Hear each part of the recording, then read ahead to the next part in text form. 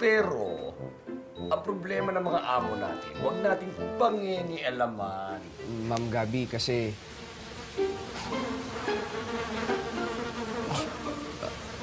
Ma'am Gabi. Ano yun? Marami ho kasing langaw dito sa resort ngayon. Baka kailangan nyo tumawag ng pest control. Yun lang pala. Akala ko naman anong bigdaling langaw lang pala. Alam mo, Rocky, marami naman langaw kahit saan eh. Pag nakita ka ng anay o daga dito sa resort, saka tayong papatawag ng pest control, okay? Ganun ho ba? Sige ho. Gawin mo na yung ginagawa mo. Yung gulong. Balik na po ako.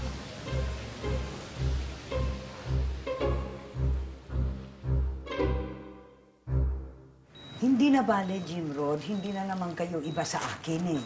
Kasi ang gusto ko talaga, pag gumising na yung anak ko, makikita niya lahat ng mga bagong damit dyan.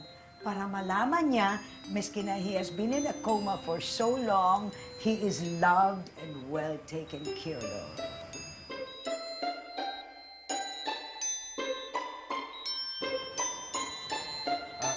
Sir Simon, yung sasakyan nyo, tapos ko na ho gawin. Pinark ko na lang ho dun sa parking space nyo. Ganun ba? Thank you. Simon, how was your meeting? It went great. Everything went great. Planchado na lahat for tomorrow's event. It's very good. Uwi ka na?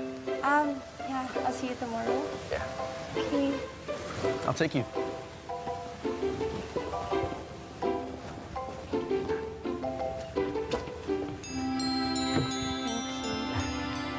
Watch your step.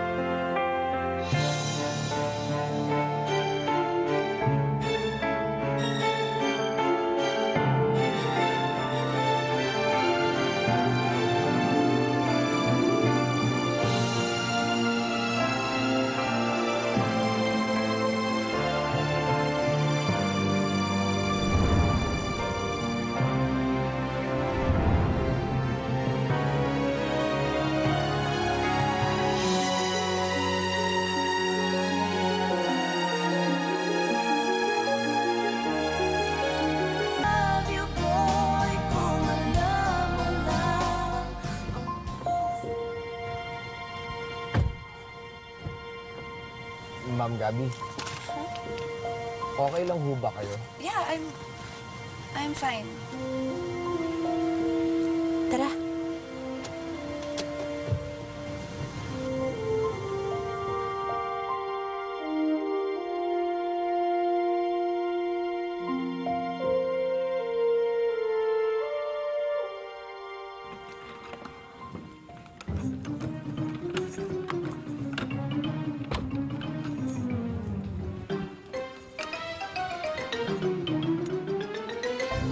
Aaron? Oh my gosh! Where's Aaron? Aaron? Aaron? Oh my God! Where are you, honey bunny? Senyora Max, hindi kaya makasama pa sa kalagayan ni Senyorito Aaron ang ilabas natin siya sa kanyang silid? Hindi. Nakausap ko si Dr. Ambrosio. Maaari na nating kabahan ng time na hindi siya nakapag-respirator. And in fact, maaari na rin siya ipasyal-pasyal around the mansion. Pasyal niyo sa hardin para naman nakakalanghap siya ng sariwang hangin. And at the same time, para naman maarawan din. Sabi niya, mabuti yung gumagalaw-galaw naman yung mga muscles niya. Meron akong go signal ni doktor. Kung hindi, hindi ko gagawin yan.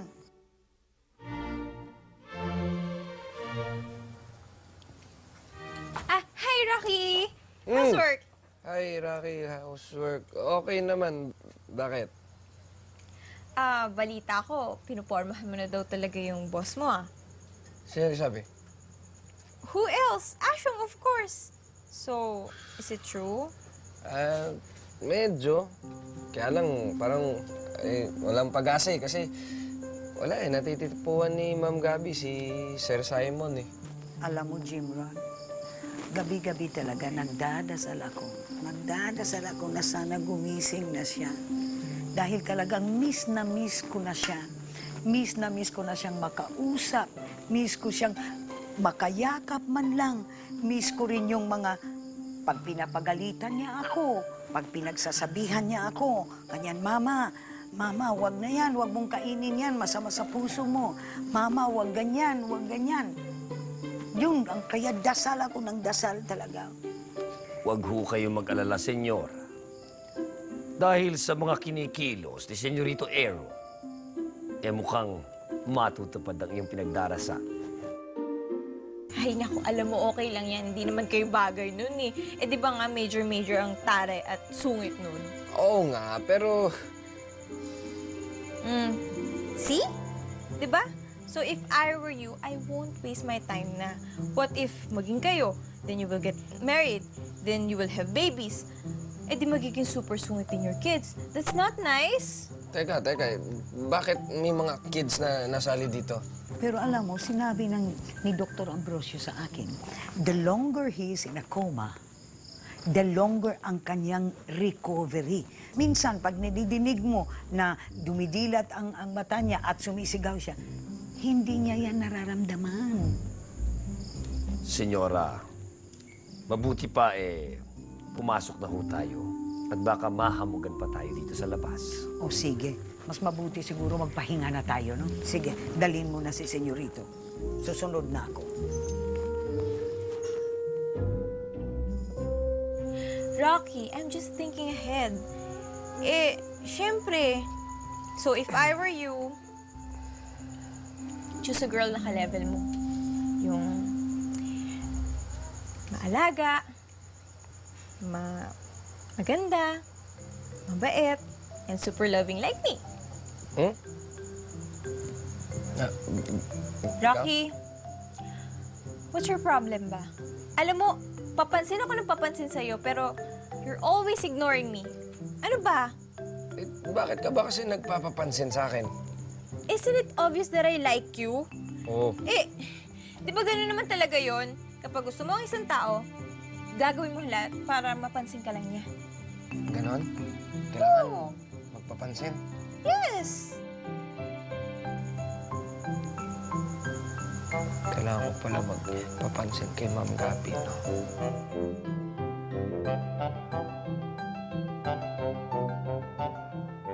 Good morning, Bluescape Resort. Okay, hold on please. Let me just get the general manager. Sir, hinahanap po kayo na taga Food and Drugs Administration. Bakit naman? Hello? Yes, this is Simon Escalante, the general manager of Blue Resort. How may I help you? Wait, what? Hang on, slow down, miss.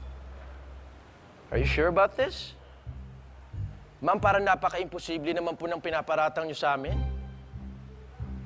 Miss, mataas po ang standards ng resort namin. Napaka-imposible po niyan.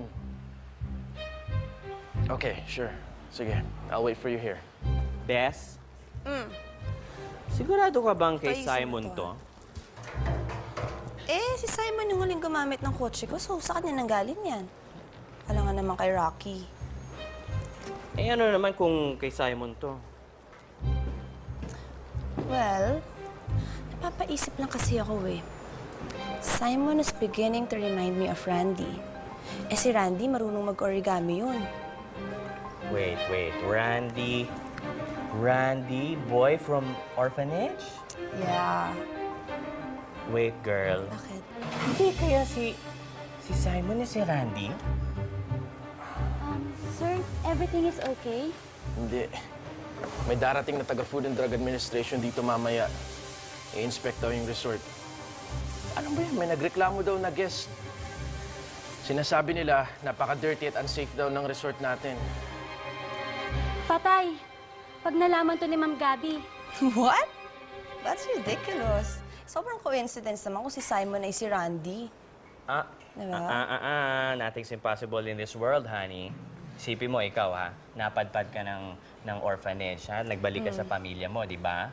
E paano kung pinagtatagpo talaga kayo ng tadhana ng childhood friend mo? Well, it's not impossible. Pwede talaga. Ang romantic, no? Di ba? Pero hindi. What if hindi talaga si Simon yung gumawa niyan? What if hindi siya marunong mag-origami? Tapos ibang tao yung gumawa niyan, di ba? We have to look for other signs. Bakit? Hindi na lang natin tanungin si Simon kung marunong siyang gumawa ng origami.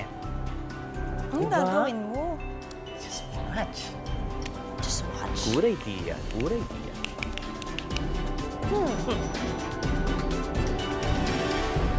Bukas na sa My Driver Sweet Lover. Magsisimula na ang auction sa resort nila Gabby. Ang dami-dami naman pwedeng tabihan si Ma'am Gabi pa. At may magbabalik sa buhay ni Araceli. Ma? Who's this guy? No one.